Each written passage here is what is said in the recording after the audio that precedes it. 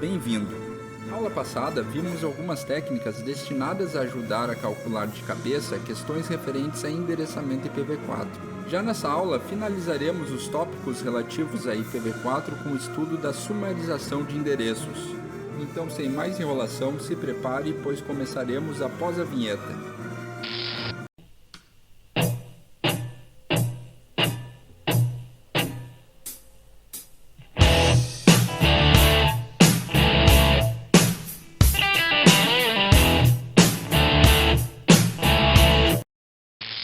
Para começar o nosso estudo sobre sumarização, quero iniciar perguntando a você: ao analisar esses 4 endereços na tela, 10.0.0.1, 10.0.10.1, 10.10.0.1 e 10.10.10.1, você saberia me dizer apenas um endereço que representasse todos os outros 4 endereços?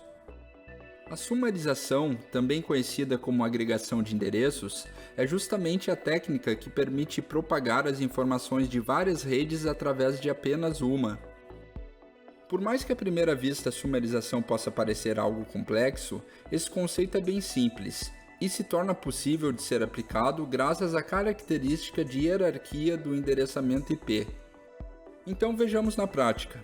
Ao analisarmos o endereço 10.0.0.0, seguindo de uma máscara padrão classe C 255.255.255.0, por exemplo, podemos constatar que, como já visto, possuiremos os 3 primeiros octetos destinados a representar a rede, e todo o último octeto destinado para representar o endereçamento dos hosts.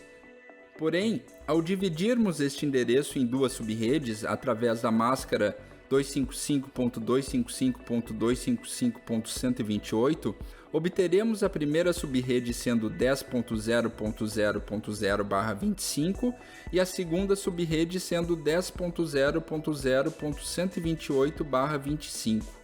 Até aqui nada além do que já foi visto. Mas observe que tanto a primeira subrede quanto a segunda estão contidas dentro do endereço 10.0.0.0/24, ou 255.255.255.0. Isso ocorre pois ao criarmos subredes não estamos literalmente criando novas redes do nada, e sim dividindo porções de uma rede maior em várias redes menores. Mas perceba que a rede maior que deu origem às redes menores ainda é válida, e uma regra que for aplicada a esta rede se refletirá em todas as subredes contidas dentro dela. Portanto, sumarizar um endereço é justamente isso: identificar um endereço que agregue dentro dele toda uma porção de endereços conforme a necessidade. Então vejamos alguns exemplos. No caso desse cenário apresentado, perceba que possuímos um roteador central e um roteador de borda com 4 redes /26 associadas a ele. Agora imagine que precisamos dizer ao roteador central que para chegar nas 4 redes /26 ele precisa enviar seus pacotes para o roteador de borda. Então pergunto: qual o endereço sumarizado podemos usar que represente as 4 redes? Você concorda que ao utilizarmos o endereço 192.168.0.0/24, estamos informando ao roteador central que as 4 redes /26 estão contidas nesse endereço? Mas não pense que a solução sempre será utilizar o endereço classe full, ou como ele também é conhecido, a máscara de rede padrão, que tudo estará resolvido. Analise então este outro caso onde possuímos as mesmas redes, porém agora divididas entre 2 roteadores de borda, um acima e outro à direita. Então pergunto a você: qual seria a forma mais eficiente de ensinar o roteador central a alcançá-las? Perceba que nesse caso a lógica é a mesma, porém utilizaremos o endereço 192.168.0.0/25 para apontar as redes de cima e o endereço 192.168.0.128/25 para apontar as redes da direita. Veja que é fácil, é só entender bem essa lógica e praticar. Também pode ser feito o processo inverso, ou seja, termos uma rede onde precisamos criar outras redes dentro dela. Por exemplo, Imagine no caso de termos a rede 192.68.0.64/26 e por algum motivo precisamos dividir ela em duas partes. Então pergunto a você, o que poderíamos fazer? Seguindo a mesma lógica, bastaria apenas quebrá-la em duas partes /27, ou seja, de vez termos uma rede /26 que vai do 192.68.0.64 até 192.168.0.127, teríamos duas redes /27 sumarizadas dentro dessa rede /26, a primeira sendo 192.68.0.64/27 e a segunda 192.68.0.96/27.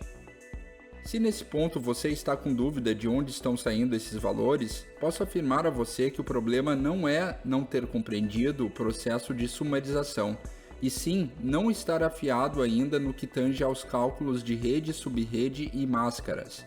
Portanto, recomendo olharem novamente as aulas 11 e 12.